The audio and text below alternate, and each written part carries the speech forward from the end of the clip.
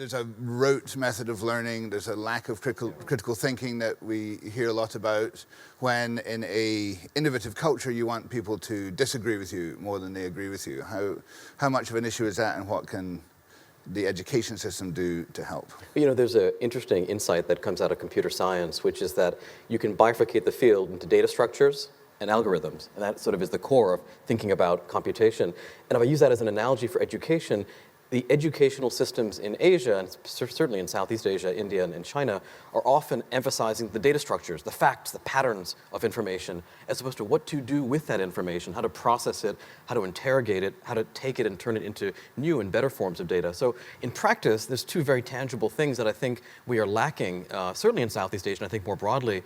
One is at a very tangible level, we don't have enough computer science graduates.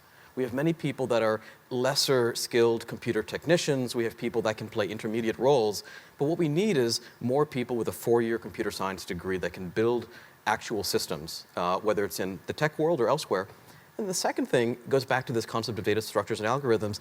There's a change in mindset that we need to have, which is at an early age in much of Asia, and I can see this among friends and family in the region, children are often discouraged from arguing at the dining table.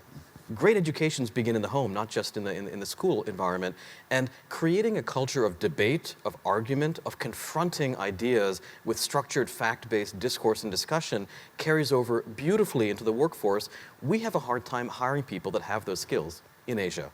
It's not that they aren't entrepreneurial, but that encouragement of debate at a younger age was stifled, and it's hard to replicate that later in life. Aside from ordering your employees to disagree with you, what can you do? I'm going to agree and disagree with him. So I think in China, I think there is a lot of engineering talent. I think there's a shortage in the U.S., but I think in China it's actually okay. But I agree that I think, you know, in startups there's no right answer. I mean, you don't know what you're going to do next, and you have to be okay with that uncertainty. And I think people in China are not taught to deal with uncertainty. I mean, in school there's always a right answer, but in real life, especially with startups, you have to figure it out on your own, and you have to be okay with that and failure and change. So I don't think people in China are generally, and that's a really hard thing to change, education, because that we really have to start with kindergarten, right, or at the home, which is you know, age 0. What we found in our business is there's an enormous arbitrage. You can actually take technical talent from China and bring them to India, or more realistically Southeast Asia, and use them to power companies. It's a very successful technique. Failure, something that if you're in Silicon Valley, everybody, you know, well, actually it tends to be very successful people talk about how important it is to fail. And people who fail don't tend to say so much about it. And I think it really hit me when I read Saul Singer's book about Israel, how failure is so accepted there and in Silicon Valley. And it's not quite there in China, but I think right now the best breed of entrepreneurs for the next few years will be second-time entrepreneurs. And a lot of them have failed. Some of them have risen and failed. Some of them, you know, were successful. But I think those are going to be the best entrepreneurs, and that will involve failure. And I think culturally, you know, to 10x, I think there needs to be a general acceptance of failure, and it needs to feel okay. I would challenge the premise of the question.